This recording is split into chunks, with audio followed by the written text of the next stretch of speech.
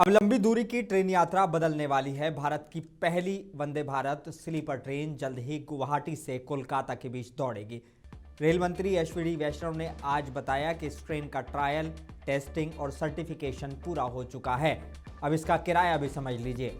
Third AC 2300 रुपये, second AC 3000 रुपये और फर्स्ट एसी करीब 3600 रुपये।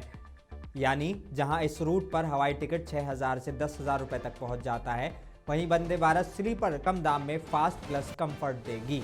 ट्रायल रन में ट्रेन 180 किलोमीटर पर आवर की स्पीड से दौड़ी है और कमाल देखिए, 4 गिलास पानी रखे गए, एक बूंद भी नहीं छलकी। रेल मंत्री ने कहा कि ये ट्रेन 1000 किलोमीटर से ज़्यादा की यात्रा के लिए डिज़ाइन की गई है।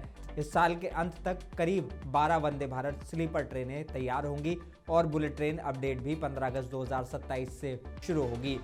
पहले सूरत, बिलीमोरा, फिर अहमदाबाद तक। सवाल बस एक, क्या ये ट्रेन फ्लाइट का असली विकल्प बन पाएगी? कमेंट में अपनी राय बताइए। मुंसिफ टीवी को लाइक, सब्सक्राइब और फॉलो करना ना भूलें।